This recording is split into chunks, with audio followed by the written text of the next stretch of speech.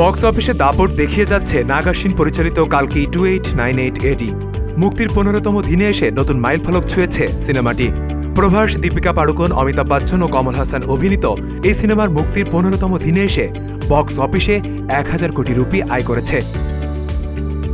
কালকি cinema Telugu, Tamil, Malayalam, Kannada ও হিন্দি ভাষায় মুক্তি পেয়েছে।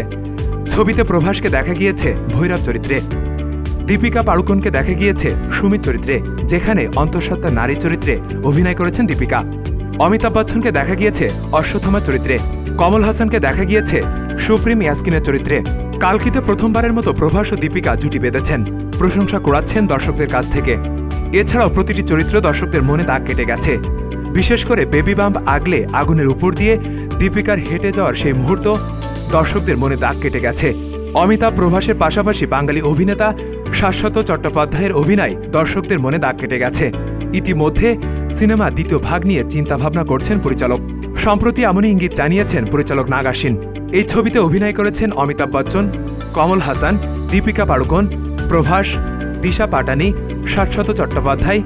ছবিতে প্রধান চরিত্রে অভিনয় করেছেন প্রভাস, দীপিকা ও অমিতাভ বচ্চন।